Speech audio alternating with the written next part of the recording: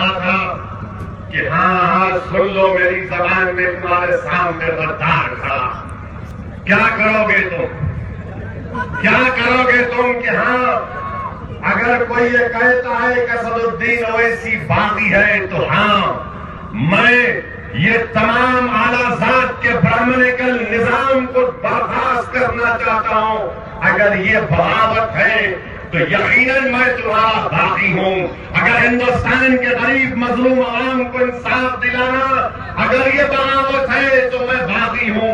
अगर हिमायत बेग की इंसाफ का मुतालबा करना अगर बगावत है तो मैं बागी हूं। मराठवाड़ा के 1400 किसान जो खुदकशी करके मर गए अगर उनकी मौत का सद्देबाज तलाश करना अगर ये बगावत है तो मैं बागी हूं। अगर महाराष्ट्र के मजलूम मुसलमानों को रिजर्वेशन दिलाना अगर ये बगावत है तो मैं बागी हूं। अगर गरीब मुसलमानों को उनके दो पैर पर खड़ाना अगर ये बगावत है तो मैं बागी हूं। नौजवानों को उनका हक दिलाना उनके मुस्तकबिल को रोशन करना अगर ये बगावत है तो मैं बागी हूं। अरे तमाम हक की आवाज उठाने वाले अगर बागी है तो तमाम के तमाम बागी है। याद रखो फिर बचेगा कौन? बचेगा कौन? मेरे अजीज दोस्तों और बुजुर्गों, आज अफसोस के साथ कहना पड़ता है कि हमारे मुल्क के वजीर आजम दिल्ली में एक बहुत बड़े महाराज के पास गए। उनको भी दाढ़ी है, जरा काली है दाढ़ी में, बाला मेरे से लंबे है। उन्होंने व्हाइट पहनते, मैं शेरवानी पहनता। वहां जाकर प्राइम मिनिस्टर ने कहा, क्या कहा प्राइम मिनिस्टर ने? प्राइम मिनिस्टर ने कहा कि अगर हम हर वक्त तनकीद करते रहेंगे और हम अपने तहजीब और सखावत पर फख्र नहीं करेंगे तो दुनिया हमको क्यों देखे?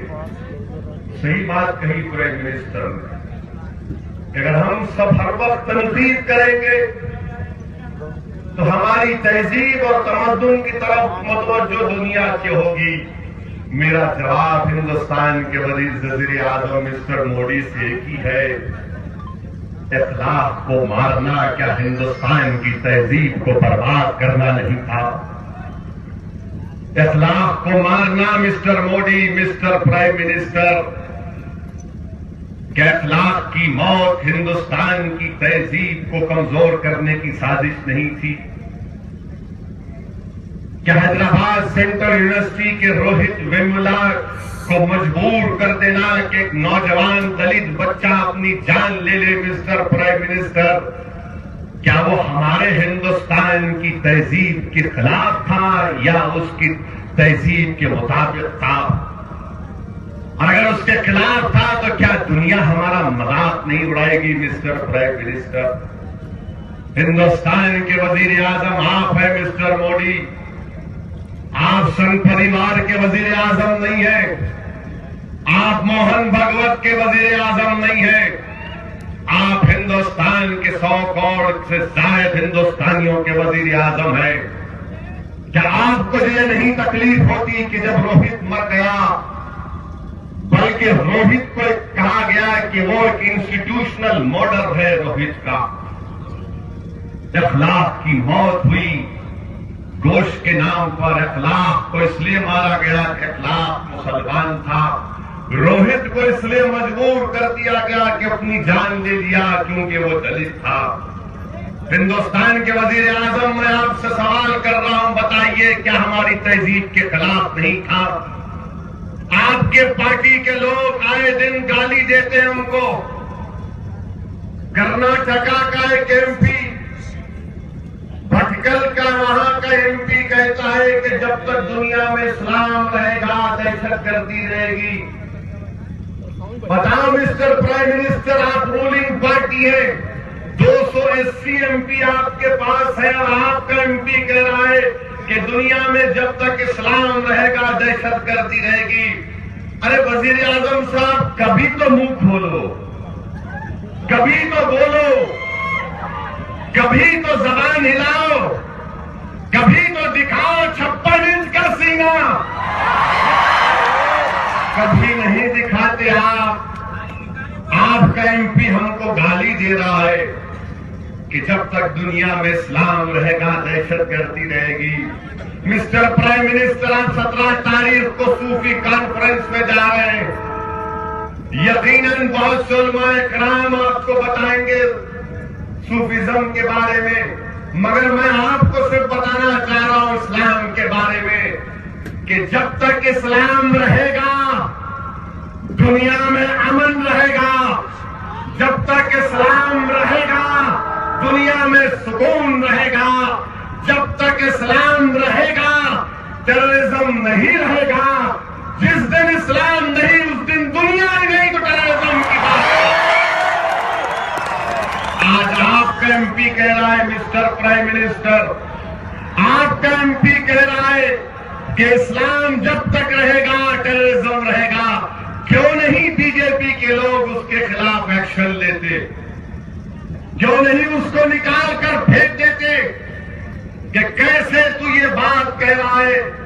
मगर हमारे वजीर आजम 17 तारीख को दिल्ली के सूफी कॉन्फ्रेंस में जाएंगे। हाँ, यकीनन आप जाकर ख्वाजा अजमेरी का जिक्र करेंगे, मुझे मालूम है। मगर मैं आपसे पूछना चाह रहा हूं हिंदुस्तान के वजीर आजम, ख्वाजा अजमेरी के आस्थाने में बम ब्लास्ट हुआ, असीम आनंद को बेल कैसे हो गई? असीम आनंद की बेल के खिलाफ क्यों नहीं अपील डाली गई? अगर आप सूफी कॉन्फ्रेंस में जाकर सुल्तान हिंद ख्वाजा अजमेरी का जिक्र करेंगे मिस्टर प्राइम मिनिस्टर, तो असदुद्दीन ओवैसी आपसे सवाल कर रहा है कि बताइए ख्वाजा अजमेरी के बम आस्थाने में जो बम ब्लास्ट हुआ जिसमें 2 लोग शहीद हुए, कई जख्मी हुए, रमजान का महीना था, रोजेदार शहीद हुए, रोजेदार जख्मी हुए, हमारे सीनों में तकलीफ हुई, मगर बताइए उस लोगों का क्या होगा? बताइए, आपको बताना होगा। आप जाकर ये नहीं बोल सकते कि सूफीज्म की वजह से यकीनन सूफीज्म है, यकीनन हमारे में मुख्तलिफ मसालिक है, मगर हम आपसे की बात का सवाल कर रहे हैं कि इस्लाम दहशतगर्दी को फरोग देता या खत्म करता? आपको सवाल आपके सामने है मिस्टर प्राइम मिनिस्टर। आप जाकर ये मत बोलिए कि नहीं ऐसा नहीं था। अरे इस्लाम सीखना हमको आपसे जरूरत नहीं है, सूफीज्म सीखने की हमको आपसे जरूरत नहीं है। हमारे मौजूद उलमाए कराम है, हम जानते हैं, मगर हर बात पर हमको एंटी नेशनल करना और हमारे मजहब की तौहीन करना, ये क्या बात है कि इख्तिदार पर आप आकर बैठे हैं और इख्तिदार पर बैठने के बाद आप इस तरह की बातें करते हैं और उसके बाद हिंदुस्तान के वजीर आजम एक लफ्ज नहीं बोलते, खामोशी अख्तियार कर जाते। रोहित मारा गया, 10 दिन के बाद लखनऊ में प्राइम मिनिस्टर ने कहा कि मां के लाल ने अपने बेटे को खो दिया। ऐसा लग रहा था कि कोई पिक्चर का क्लाइमेक्स सीन है। हिंदुस्तान के वजीर आजम ने कहकर कहा कि मां के लाल ने अपने बेटे को खोया। मैं टीवी पर देखकर सोचा अब और कुछ बोलेंगे, तो मां वहां पर प्राइम मिनिस्टर खामोश हो गए। क्या बात है, हिंदुस्तान के वजीर आजम, मां के लाल ने तो अपने बेटे को खोया, मगर जिस मां का लाल मर गया, जिन लोगों ने उसको मजबूर किया, आप उनके खिलाफ एक्शन लेंगे नहीं लेंगे? रोहित के खिलाफ कहा गया कि रोहित एंटी नेशनल है, रोहित हिंदुस्तान का गद्दार है। 28 साल का मासूम नौजवान दुनिया के इल्जामात को बर्दाश्त नहीं कर सका, देख रहा था कि उसकी इज्जत की धज्जियां उड़ाई जा रही हैं, वो इनके जुल्म और इल्जामात का शिकार हो गया। हमारे वजीर आजम कुछ नहीं बोलते, कुछ नहीं बोलते, खामोश हो जाते। क्या हुआ हरियाणा में? हरियाणा में 3, 4, 5 दिन तक हरियाणा जलता रहा। हरियाणा के 3 जिले खत्म हो गए, जल गए पूरा, कुछ बाकी नहीं रहा हरियाणा में। किस बात पर? कि जाटों ने कहा हमको रिजर्वेशन चाहिए। हरियाणा जला, 22 लोग मारे गए, औरतों पर जुल्म हुआ, और बाद में मोदी साहब बोलते हैं हाँ हम जाटों को रिजर्वेशन दे देंगे। 56 इंच का सीना आपका, आप तो हिंदू सम्राट है ना। 22 लोग मर गए, 2 डिस्ट्रिक्ट खत्म हो गए। दिल्ली कैपिटल से जुड़ा हुआ हरियाणा, दिल्ली को पानी जो कैनाल पर आता था, लोगों ने वो कह दिया कि पानी नहीं आएगा, तो मोदी डर कर हरियाणा में बीजेपी की हुकूमत डर कर, दगे डालकर कह दिया कि हाँ हम जाटों को रिजर्वेशन देंगे। मिस्टर मोदी, मैं महाराष्ट्र के गरीब मुसलमानों की तरफ से आपसे सवाल कर रहा हूं। हमारी गुर्बत, हमारी कमजोरी, नौजवानों की बेरोजगारी, ये आया है महमूद उर रहमान कमेटी के सामने। बंबई की हाईकोर्ट ने कहा कि महाराष्ट्र के उन 50 जात के मुसलमानों को रिजर्वेशन मिलना चाहिए। जो कमजोर हैं उनके बच्चों को तालीम में रिजर्वेशन मिलना चाहिए। बताओ, हिंदुस्तान के वजीर आजम महाराष्ट्र के 1 करोड़ मुसलमानों ने एक बस पर पत्थर नहीं फेंका।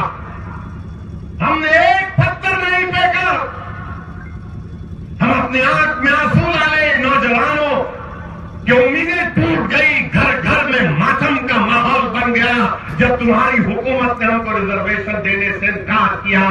बावजूद बंबई हाई कोर्ट के ऐलान के कि 2 मुसलमानों को रिजर्वेशन दो तालीम में। और आप, हम जो अमन पसंद है, हम अमन पसंद है, और आप हरियाणा में जो लोग वायलेंस करते हैं, 22 लोग मर जाते हैं, 10,000 करोड़ का नुकसान हुआ, तो आप उनको रिजर्वेशन दे रहे, महाराष्ट्र के मुसलमानों को नहीं देंगे। ये आपका इंसाफ है मिस्टर प्राइम मिनिस्टर? आप तो सारे हिंदुस्तान में बोलते थे ना, मित्रों मित्रों, इंडिया फर्स्ट, सबका साथ सबका विकास। ये कैसा सबका साथ सबका विकास है मित्रों? जो बस चलाया, जो फैक्ट्री चलाया, जो औरतों के कपड़े फाड़ा, जो पुलिस वालों को मारा, तुम उनको रिजर्वेशन दे रहे हो। हम क्या करें बताओ बीजेपी वालों, हम क्या करें बताओ, तुम हमको बताओ। हमारे बच्चों का मुस्तकबिल है, हमारे नौजवान बच्चे और बच्चियां पढ़ना चाहते हैं, डॉक्टर बनना चाहते हैं, इंजीनियर बनना चाहते हैं, एसएससी करना चाहते हैं, ग्रेजुएट बनना चाहते हैं, एमकॉम करना चाहते हैं, एमबीए करना चाहते हैं, पीएचडी करना चाहते हैं, अरे आसमान के तारे तोड़ना चाहते हैं, चांद पर जाना चाहते हैं, मगर आप हमको रोक रहे हैं प्राइम मिनिस्टर। जो दहशतगर्दी करते हैं, जो तशद्दुद करते हैं, उनको आप दे रहे हैं और हमको नहीं दे रहे आप। मैं बताना चाह रहा हूं महाराष्ट्र के तमाम सेकुलर पसंद लोगों को, सुप्रीम कोर्ट ने कहा कि जाट को रिजर्वेशन नहीं मिल सकता क्योंकि वो उनमें समाजी और तालीमी बैकवर्डनेस नहीं है, सोशल एजुकेशनल बैकवर्डनेस नहीं है। और बंबई हाईकोर्ट ने कहा कि महाराष्ट्र के मुसलमानों में सोशल एजुकेशनल बैकवर्डनेस है, तालीम में दो। जो दहशतगर्दी करते हैं उनको रिवार्ड दिया जा रहा है। समझ में आया नौजवानों तुमको पैगाम? ये मैं तुमको किसी बात के लिए नहीं उकसा रहा हूं, मैं हकीकत तुम्हारे सामने रख रहा हूं। और क्या हुआ हरियाणा में? हरियाणा में जाटों ने जाकर, जहां पर पुलिस का असला होता है आर्मरी, जहां पर पुलिस के गोलियां, पुलिस के टियर गैस हथियार है, तो उसको लूट के भाग गए, उसको लूट के भाग गए। और कोई अखबार में, टीवी पे नहीं आया। अगर असदुद्दीन ओवैसी पुलिस की आर्मरी डिपो के सामने जाकर खाली ठहर के से टहलता तो बोलते लश्कर तैयबा आ गया, देखो जैश ए मोहम्मद आ गया, देखो सिगारियान आ गया, देखो। क्यों आपके क्या से भाई थे जो आर्मरी पूरा हथियार लूट के भाग गए।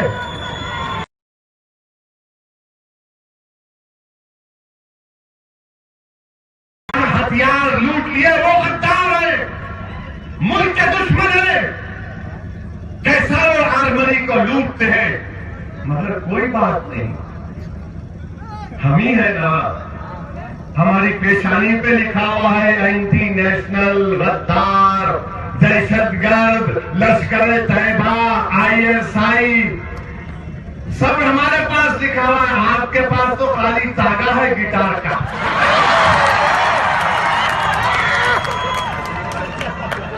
सारी दुनिया की बुराई हम में है। आप तो बाबा, बड़े बाबा है भाई आजकल। वो बाबा जो करे, क्या करे, और बोले मैं नहीं देता जुर्माना, नहीं देता। 5 करोड़ लगाए तो नहीं देते। उदगीर में अगर ट्रैफिक कांस्टेबल रोक के बोला रोड दे 300 रुपए का चालान, क्या करते आप? सोचते दिल में, क्या रे भाई ये कपड़े वाला रोक लिया मेरे को, यूं देखते क्या करते हैं, मोटरसाइकिल पे जाना है, लो साहब 300 रुपए का चालान। माफ पर आहा को 5 करोड़ बोले तो नहीं देता हूं मैं, नहीं देता हूं मैं। क्या यह कानून है? अरे आप बाबा होंगे, साधु होंगे, मौलाना होंगे, ओवैसी होंगे, मगर कानून तो सबके लिए बराबर है ना। कोई कानून में ऊंचा बड़ा तो नहीं है ना। यूं बोले 5 करोड़ नहीं देता, क्या करेंगे? बेबस है हुकूमत। और यहां महाराष्ट्र में इस साल में 3 महीने में 400 किसान खुदकुशी कर लिए। एक किसान 10,000, 25,000, 75,000, 1 लाख, 1.5 लाख का लोन लिया था। बेचारा अदा नहीं कर सका क्योंकि लोग आ रहे थे, ला दे, खर्चा दे, तो बेचारा मजबूर होकर खुदकुशी कर लिया।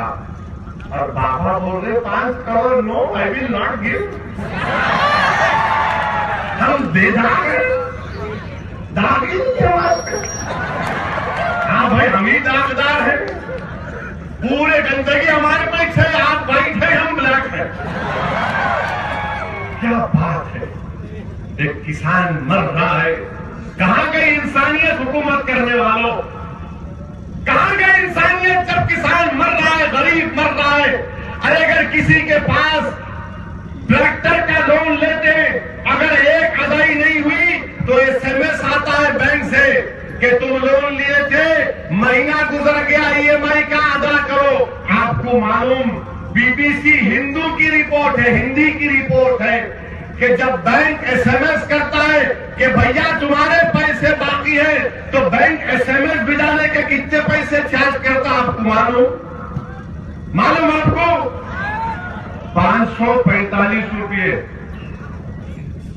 545 रुपये। अच्छे दिन आगे बाबा, अच्छे दिन आगे बाबा, बहुत अच्छे दिन आगे मित्रों, अच्छे दिन आगे। आज गरीब लोन अदा नहीं कर सकता, 10,000, 15,000 का तो बैंक की तरफ से नोटिस आ जाती है। और जो जैसा इम्तियाज जलील ने कहा, उन्हें भी लंबे बालों वाला हीरो हेलमेट पहनता था। उन्हें पार्लियामेंट में देखता था तो मैं बोलता था ये कैसा जुआ है, यहां पैसा गिर गया आके। आज उन्हें 9,000 करोड़ रुपए लेके रफू चक्कर हो गया हमें। बताइए अजीज दोस्तों, आज हमारे मुल्क में गरीब की जान की अहमियत है या नहीं? छोड़िए मुसलमान दलित थोड़ी देर के लिए, मगर गरीब की अहमियत नहीं है। आज जिसके पास दौलत है उसकी अहमियत है, जिसके पास करोड़पति है उसकी अहमियत है। अरे गरीब, अरे हिंदुस्तान की जमहूरियत अगर कोई जिंदा रख रहा है तो गरीब जिंदा रख रहा। 45 डिग्री टेम्परेचर में जाकर अगर कोई वोट डालता है तो गरीब डालता है, पैसे वाला नहीं जाता। गांव से लोग जाते, झोपड़ियों से जाते, साइकिलों पर जाते, ट्रैक्टरों पर जाते, पैदल जाते, 3-3 घंटे ठहर कर बच्चों को अपने साथ अपनी माएं रखकर हिंदुस्तान की जमहूरियत को जिंदा रखती है। आज उन गरीबों का कोई इज्जत और लिहाज नहीं, कोई इज्जत और लिहाज नहीं उन गरीबों की।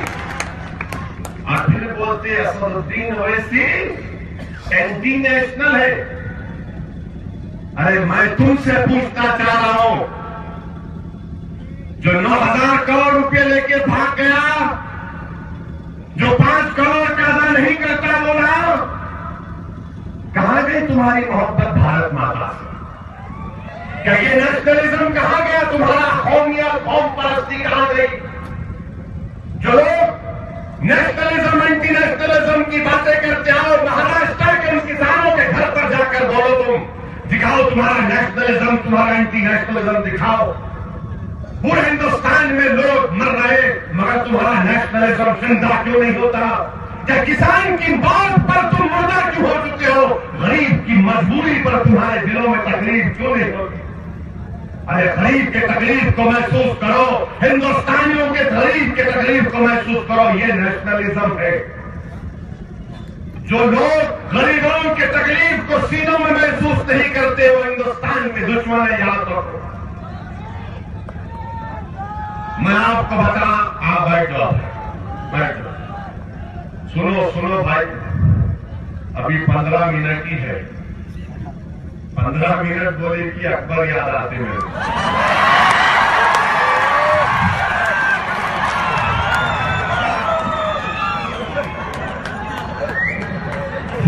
समझ गए आप? अभी जाना ही पड़ेगा यहाँ पे।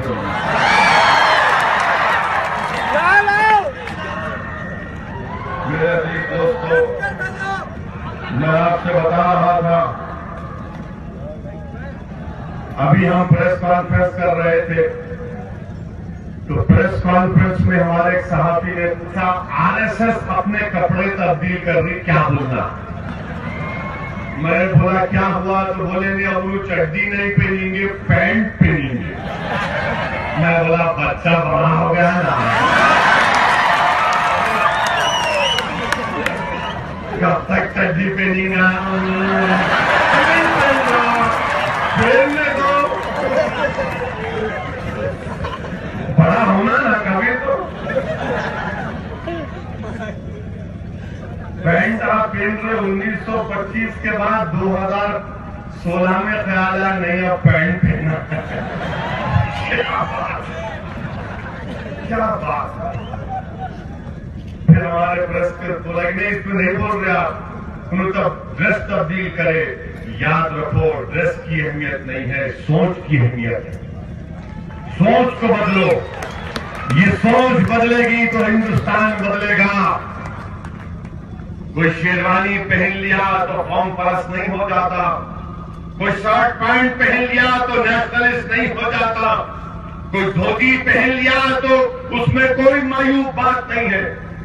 हिंदुस्तान बहुत बड़ा मुल्क है। हिंदुस्तान में जितने तहजीब तमद्दुन है शायद ही दुनिया के किसी मुल्क में होंगी। ये हमारे वतन अजीज की खूबसूरत अहमियत है। मगर आज आप जब अपना लिबास तब्दील कर रहे तो हम पूछना चाहते हैं आरएसएस के मोहन भागवत साहब से, कि उन्होंने नागपुर में कहा कि मुल्क में ऐसे लोग हैं जो नारा नहीं लगाते भारत माता की जय का, उनको सिखाना पड़ेगा। मोहन भागवत साहब, मैं नहीं लगाता नारा, क्या करते आप? नहीं बोलता मैं, मेरे गले पे छुरी भी रख देंगे तो नहीं बोलूंगा मैं, क्योंकि हिंदुस्तान के कॉन्स्टिट्यूशन में कहीं पर भी लिखा हुआ नहीं है भारत माता की जय बोलना। हिंदुस्तान के कॉन्स्टिट्यूशन में कहीं नहीं लिखा हुआ है। अगर लिखा होता तो अंबेडकर लिखता, अंबेडकर बोलता कि हाँ बोलना पड़ेगा। अंबेडकर ने नहीं लिखा, कॉन्स्टिट्यूशन ने नहीं लिखा, इंडियन पीनल कोड ने नहीं लिखा, सीआरपी से नहीं लिखा, तो मैं कैसा बोला? मैं नहीं बोलूंगा। आप बोलते रहिए, आपको बोलने की आदत है, हमको कम बोलने की आदत है। और जब हम बोलते तो सब कान लगा के सुनते। आप सुनो, हम नहीं बोलेंगे, इसलिए कि कॉन्स्टिट्यूशन में नहीं लिखा हुआ, नहीं लिखा हुआ है। मगर अजीब गरीब बात क्या है कि बाबा जो व्हाइट कपड़े पहनते बाबा, जो जुर्माना नहीं देते बोले बाबा, प्राइम मिनिस्टर जहां पर गए, कल क्या हुआ? हिंदुस्तान के होम मिनिस्टर राजनाथ सिंह साहब बैठे हुए हैं और बाबा खड़े खड़े होकर बोल दिए पाकिस्तान जिंदाबाद, पाकिस्तान। मैं टीवी पे देख के बोला क्या है भाई, ये पाकिस्तान टीवी है, ये इंडिया में हो रहा। होम मिनिस्टर बैठे हुए, ये तो ऐसा हो गया कि शिवसेना का बड़ा लीडर खड़ा है और उसके सामने जाकर कोई बोल रहा असदुद्दीन ओवैसी जिंदाबाद। ऐसे ही बोलते ना, कोई बुरी बात नहीं, हिंदुस्तान दोनों भी हिंदुस्तानी।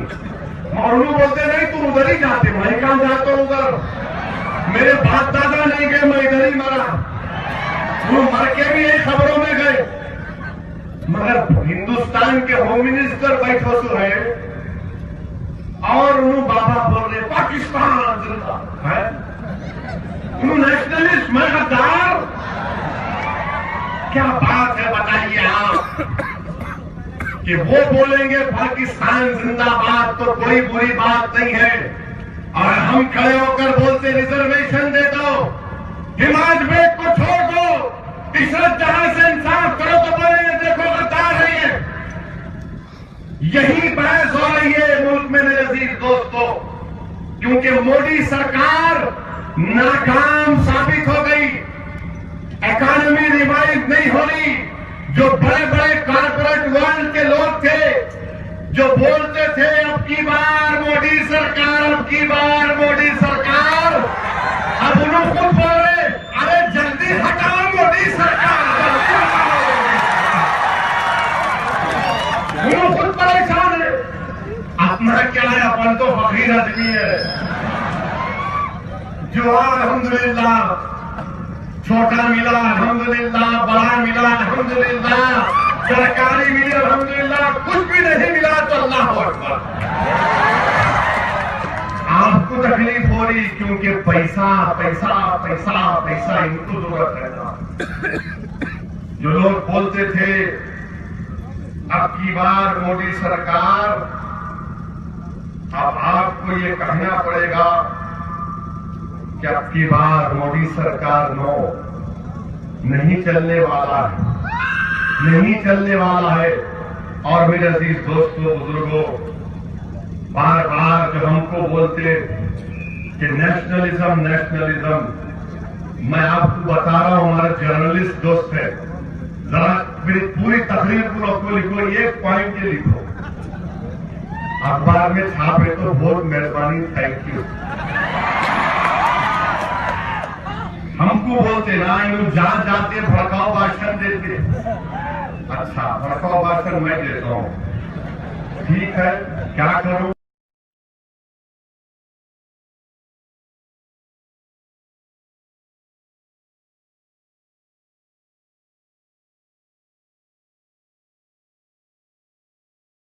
सत्ताईस नवंबर को जम्मू जाने से पहले आर्निया में 3 फिदायान का हमला हुआ।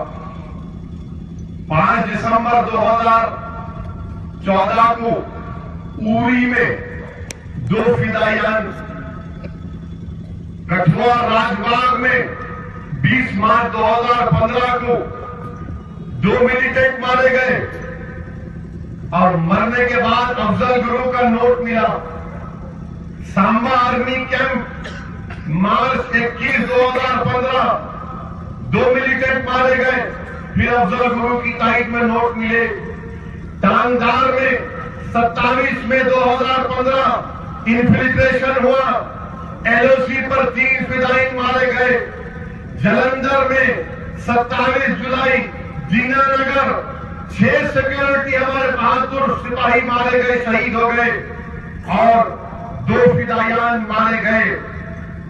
फिर आप आइए उधमपुर अक्टूबर में, वहां पर 2 सिक्योरिटी फोर्सेस 1 फिदायान। पठानकोट में 2 जनवरी 2016 7 बहादुर सिक्योरिटी फोर्स मारे गए, 6 फिदायान जो पाकिस्तान से आए मारे गए। पंपूर फरवरी 20 तारीख को 2016 में सीआरपीएफ बस पर 3 फिदायान हमला किए, 6 सिक्योरिटी फोर्स मारे गए। 3 दिन का ऑपरेशन चला। अफगानिस्तान में इराक में हमारी इंडियन काउंसलेट मई 23 2014 3 फिदायान मारे गए। जनवरी 3 2016 मजार शरीफ पर 4 फिदायान रॉकेट हमला किए, मरने से पहले अफजल गुरु की तारीख में खून से लिखे। जनवरी 13 2016 में हिरात में 3 फिदायान। मार्च 2 2016 जलालाबाद में 4 फिदायान, 1 कार बम ब्लास्ट हुआ। मित्रों, ये क्या हो रहा है मित्रों? आप तो बोले थे कुचल दूंगा, एक सर के जवाब में 10 सर दूंगा। 4 कितने हमले हो गए देखो आप। ये सब हमले, यानी अब तक हिंदुस्तान में जब से मोदी पर वजीर आजम बने 42 फिदायान मारे गए, 14 फिदायान हमले हुए और अफगानिस्तान में 4 हुए। बताओ मिस्टर मोदी, आप तो बोले थे ना 1 सर के बदले में 10 सर। आप क्रिकेट मैच खेल रहे पाकिस्तान से, T20 खेल रहे, क्लीन बॉल हम बोले और आप क्रिकेट खेल रहे, बॉलिंग डाल रहे। क्या क्रिकेट मैच हो रहा है? और आप हमको बोलते थे देखो हम वफादार नहीं है। अरे हम तुमको तुम्हारे निशानियां पेश कर रहे हैं, बताओ इसका जिम्मेदार कौन है मिस्टर प्राइम मिनिस्टर? और आप जाकर नवाज शरीफ से ऐसा मिले, टीवी पे देखिए आप, लाहौर चले गए प्राइम मिनिस्टर नवाज शरीफ की सालगिरह में केक खाने को। किसान यहां मर रहा, तुम केक खाने को गए, ठीक है खाओ, अच्छा है शायद पाकिस्तान का केक, हमको तो मुदगीर का बिस्किट अच्छा लगा।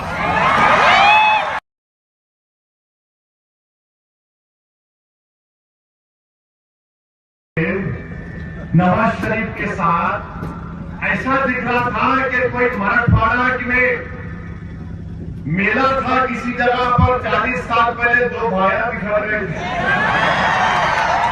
40 साल के बाद मिले तो ऐसा लपेट के चल रहे थे। वहां गए, पठानकोट हुआ, आप हमको बोल रहे पाकिस्तान पाकिस्तान। अरे पाकिस्तान से हमारा क्या लेना देना? हेलो, हम हिंदुस्तान के थे और है और रहेंगे इंशाअल्लाह। ये वतन मेरा है। मैं पैदा भी हुआ तो अपनी माँ की पेट में 9 महीने रहने के बाद इसी सरजमीन में पैदा हुआ। अगर मेरे पैदा होने के बाद मेरे कान में किसी वली अल्लाह ने आजाद दी तो मेरी माँ ने मुझसे कहा बेटा ये तेरा वतन हिंदुस्तान है।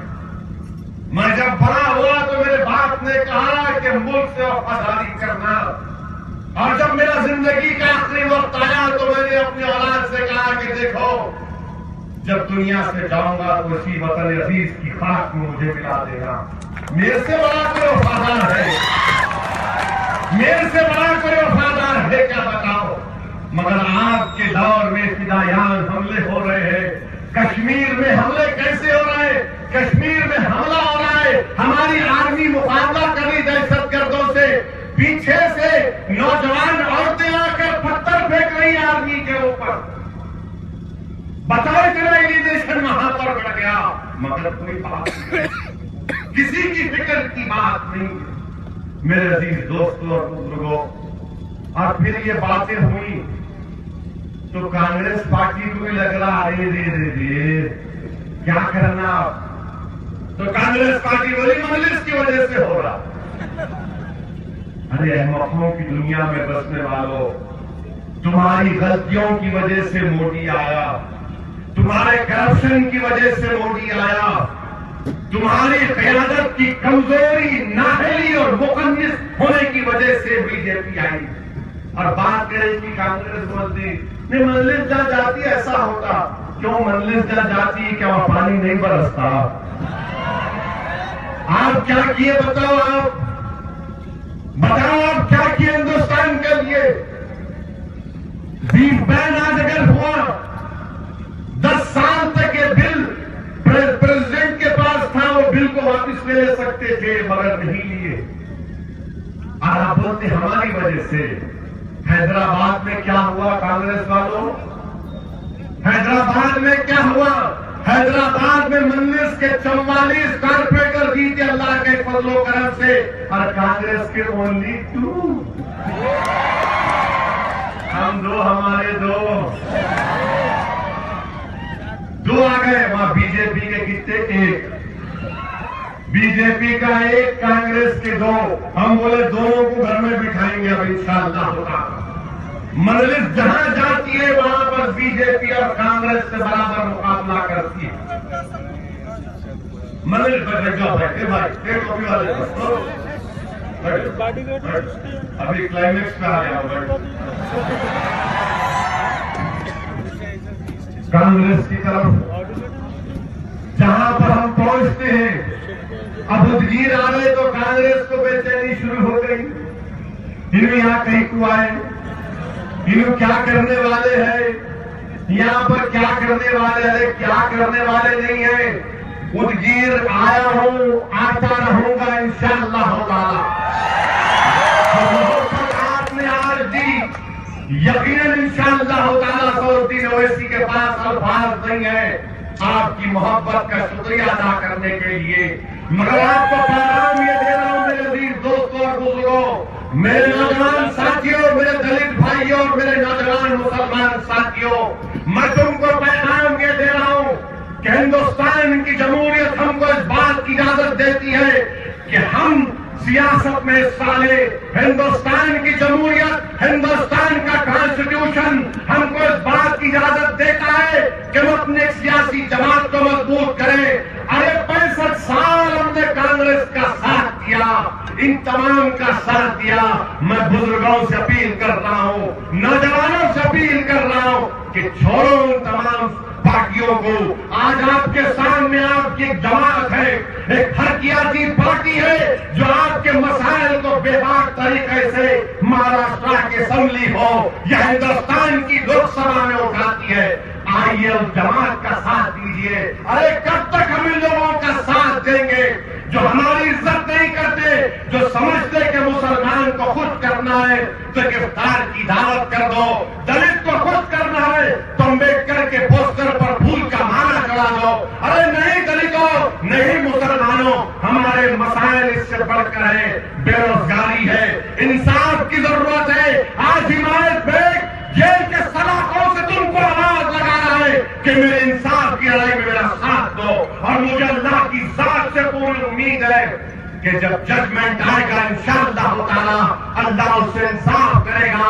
बम्बई अदलिया कोर्ट